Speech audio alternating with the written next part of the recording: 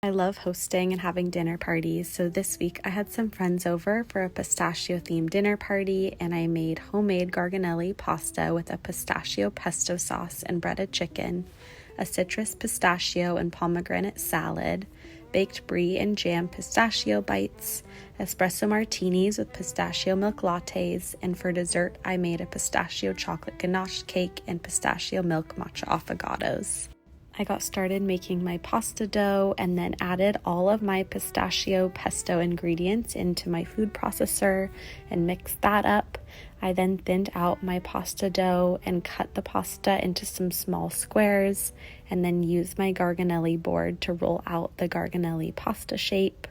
I let the pasta dry out while I got started on some of the other food. I used some puff pastry and cut that into small squares and then added that to a mini cupcake pan with some brie, then apricot and fig jam with some crushed pistachios on top.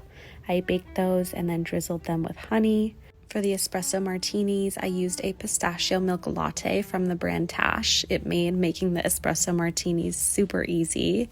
I then started breading my chicken, dipping it in flour and egg wash and then the breadcrumbs, and then I fried those while I got started on my salad, cutting up a bunch of citrus, adding on some red onions, pomegranates, and some feta, and of course some crushed pistachios on top.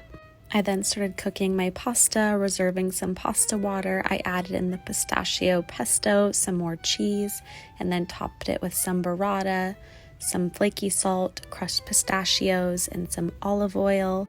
And here's the final product for our dinner. Earlier in the day, I got started working on my pistachio chocolate ganache cake, making the batter for the cake. I used pistachio flour, which I've actually never used before, but it was so good, bringing the pistachio flavor and the pistachio color.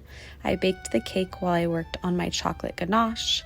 Once the cake cooled, I poured the ganache on top, sprinkled it with some pistachios, and then put it in the fridge. For the pistachio milk matcha affogatos, I added some ice cream to some cubes and then carved out where I wanted the matcha to go. I used some pistachio milk for the matcha. I mixed that up and then poured it into the center of the cubes, and here is the final product.